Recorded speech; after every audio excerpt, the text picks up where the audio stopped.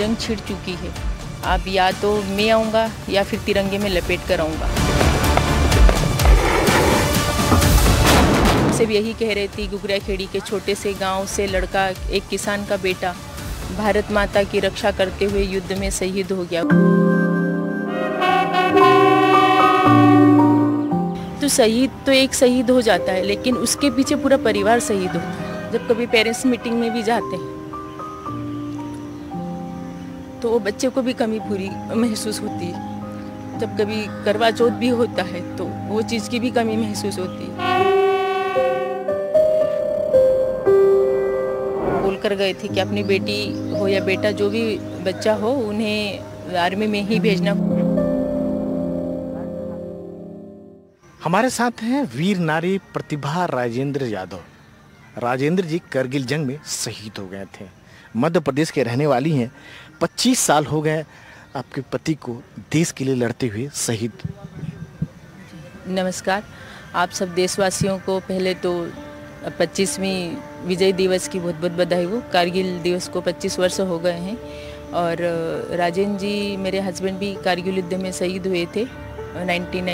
30 मई को उनको गोली लगी थी और मेरी शादी को तब 2 ही साल हुए थे। 97 में शादी हुई थी और राजेंद्र जी, तब मेरी शादी हुई जब राजेंद्र जी पचमढ़ी में थे, चाइनीज़ कोर्स कर रहे थे और फिर वहाँ से जैसी उनकी पोस्टिंग हुई तो कारगिल हो गई थी और तब उसी के दौरान वो वहाँ पे छुट्टी पे आए हुए थे। 20 मार्च को आए थे और 13 मार्च को उनकी छुट्टी 13 मई को छुट्टी ख़त्म होती है और तो उनको पता लग चुका था कि जंग छिड़ चुकी है पाकिस्तान से। हाँ, उनको पता चल चुका था कि जंग छिड़ने वाली है या कुछ छिड़ भी चुकी थी। शुरू का वो जो था वो छोड़ चुकी थी और जब 13 मई को जाने वाले थे 99 में, जब उनके 3 दिन पहले ही उन्हें पता चला था कि वो पापा बनने वाले हैं। जब वो गए, उनको जब पता चला कि मैं 3 दिन पहले उनको पता चला था कि वो पापा बनने वाले हैं और जब वो बोल कर गए थे कि देखो बेटा हो या बेटी हो, मैं जा रहा हूँ और भविष्य में क्या होता है मैं नहीं कह सकता, क्योंकि हमने वर्दी ही इसलिए देश की रक्षा करने के लिए पहनी है और जंग छिड़ चुकी है।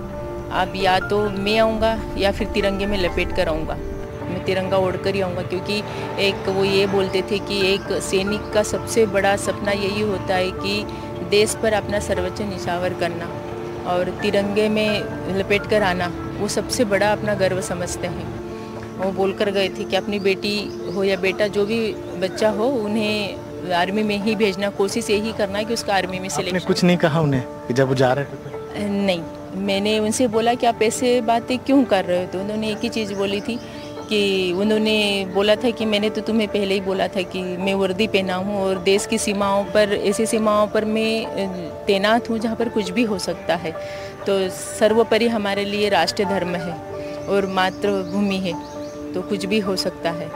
तो मैंने उनसे बोला था कि नहीं, आप आइए और अपना बच्चा होगा। क्या ठीक है, आ गया तो ठीक है, नहीं तो फिर तिरंगे में आऊँगा तो वही अपने बच्चे को कहानी सुनाना। विदा किया उन्हें अब विदा तो करना ही था, क्योंकि जब कोई एक राजा अगर जंग पे जाता है तो उसी तरह मेरे पति भी जंग पर ही जा रहे थे। तो वो तो हिम्मत वही देते थे और जब एक सैनिक वर्दी पहनता है तो उनमें वैसी हिम्मत आ जाती। तो सैनिक की पत्नी को भी हिम्मत वही देते हैं कि आप जंग पे जा रहे हैं, तो वही तिलक लगाकर ही विदा किया था।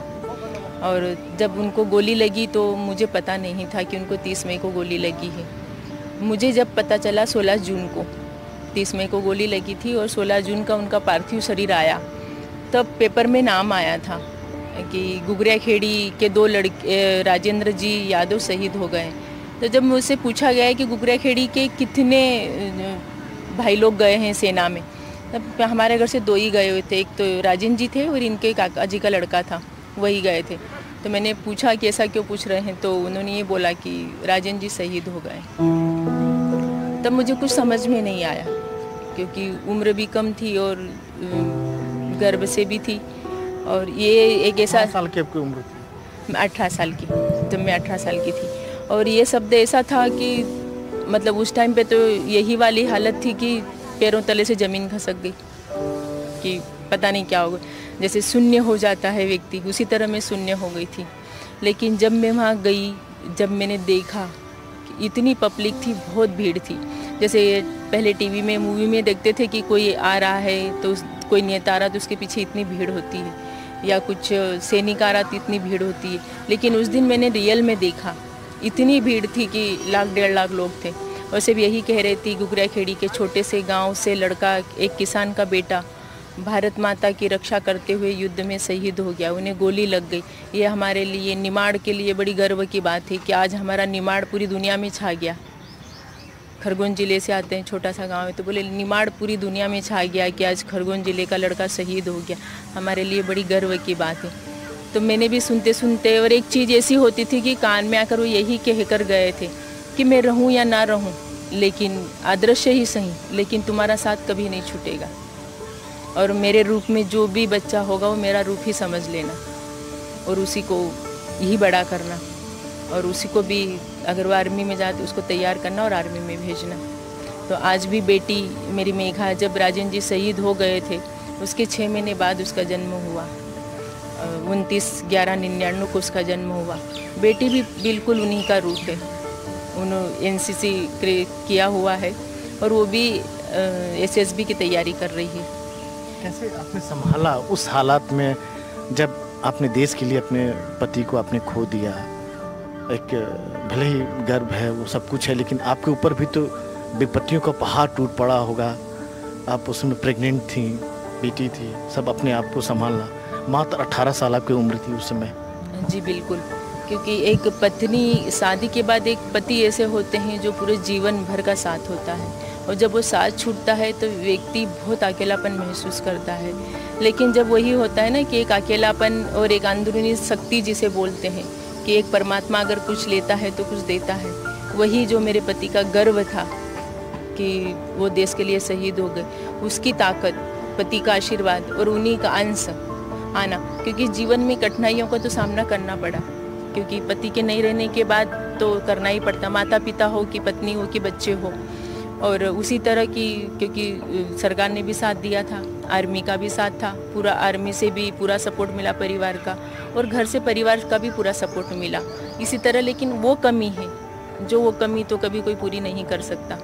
लेकिन हाँ, इन्हीं के सब बीच में परिस्थितियाँ विपरीत भी हुई, सारी चीज़ें हुई, लेकिन घर वालों का साथ और सारी चीज़ें रही। राजेंद्र जी का नाम, मतलब आज निमाड़ में नाम इतना है कि उनकी जब शहादत दिवस आता है, 30 मई आती, तो बहुत बड़ा कार्यक्रम होता है 30 मई को, और उनके यहाँ कलेक्टर, SP सारे लोग सुबह उन्हें श्रद्धांजलि देने आते हैं। उनका स्टैचू भी बना हुआ, स्मारक बड़ा बना हुआ है, और 30 मई को सारे लोग आते हैं। तो यही लगता है कि इंसान जाने के लिए तो सभी आए, लेकिन आज भारत माता पे अगर कोई अपना सर्वोच्च निछावर कर दिया तो उसके कहीं ना कहीं भाग्य हम भी बने कि हम ऐसे। कुर्बानी तो आपने बहुत दी ना, जिसकी भरपाई नहीं हो सकती। दुख जो है, आपकी पीड़ा जो है, हाँ, पीड़ा तो खैर कोई कम नहीं कर सकता, क्योंकि उनकी कमी पूरी नहीं हो सकती। और वो इतने अच्छे थे कि शायद उनके जैसे तो मैंने, उनके जैसा स्वभाव, उन देखने में बड़े नरम स्वभाव के थे और बहुत अच्छे व्यक्ति थे।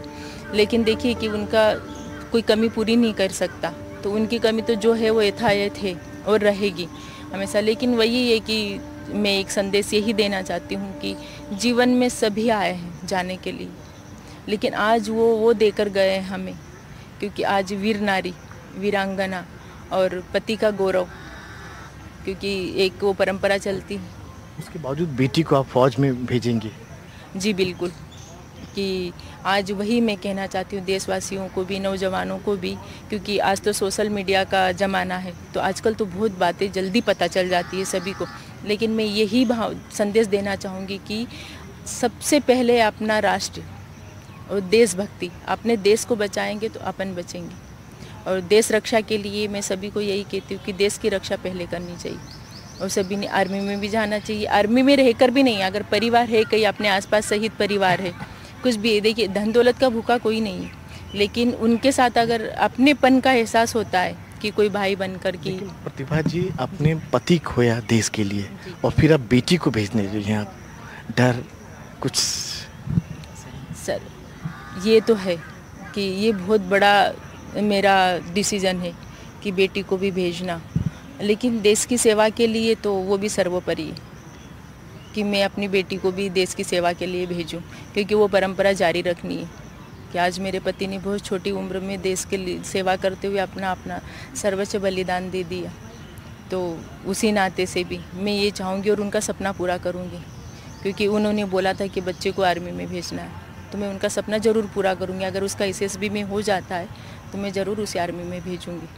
पूरी अपनी ज़िंदगी लगा दी पति के सपनों को पूरा करने के लिए, जो देश के लिए शहीद हुए। जी, मैंने पूरी ज़िंदगी लगा दी, और अगर देश के लिए अगर मुझे भी कुछ करना पड़ा तो मैं उसके लिए भी तैयार हूँ। इसी तरह मैं एक मिशन से जुड़ी हुई हूँ, शहीद समरसता मिशन करके, जो 12 राज्यों में है, और उत्तराखंड के राज्यपाल जी जो है गुरमीत सिंह जी, उसके राष्ट्रीय संयोजक है। मैं उसी मिशन में मध्य प्रदेश की संरक्षक हूँ, और वहीं पर कितने ऐसे लोग जो शहीद होते हैं कि युद्ध में शहीद हुए, ऐसे भी बेचारे आए दिन कुछ हो रहा है, किसी को हटेकारा तो कुछ भी हो रहा है, तो मैं उन्हीं का साथ देती हूँ, और उन्हीं के लिए मिशन के साथ जुड़कर उनके घर की, उनकी चिकित्सा, बच्चों का, माता पिता का, उनका साथ देती हूँ, और उनको करने के लिए भी अग्रसर रहती हूँ कि नहीं, हमसे जो भी बन पड़ेगा, और मैं उनके दुख को समझ सकूं।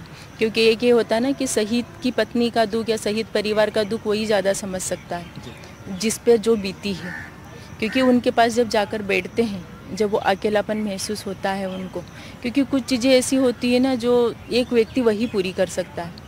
पिता का जब लोग कहते हैं कि शहीद हुए हैं, तो शहीद तो एक शहीद हो जाता है, लेकिन उसके पीछे पूरा परिवार शहीद होता है। जब कभी पेरेंट्स मीटिंग में भी जाते हैं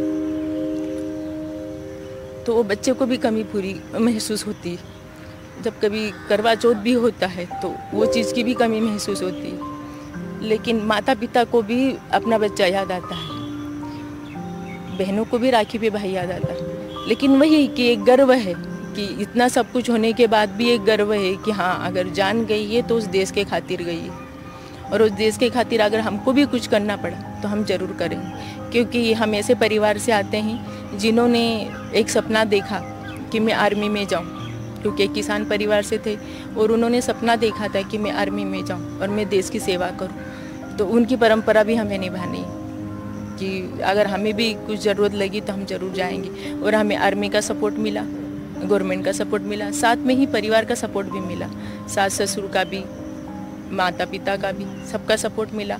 और आज बच्ची इतनी बड़ी हो गई है, क्योंकि राजेंद्र जी के बाद उसका 6 महीने बाद जन्म हुआ था, तो बच्ची का भी सपोर्ट है। और बच्ची बिल्कुल उन्हीं के जैसे दिखती है कि प्रकृति ने बेटी बनाया है, लेकिन चाल ढाल चेहरा पूरा अपने पापा जैसा है।